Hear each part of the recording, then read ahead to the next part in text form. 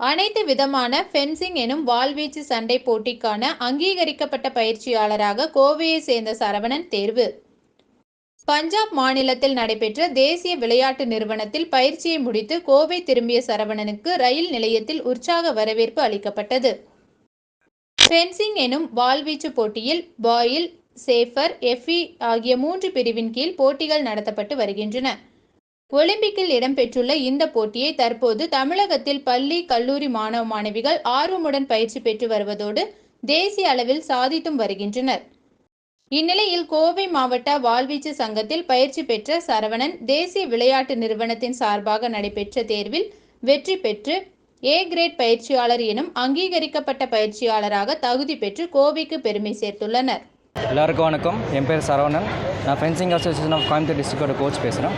So நான் நேதாஜி சுபாஷ் national institute of ஸ்போர்ட்ஸில் 6 வீக் சர்டிஃபிகேஷன் கோர்ஸ் அட்டென்ட் பண்ணியிருந்தேன்.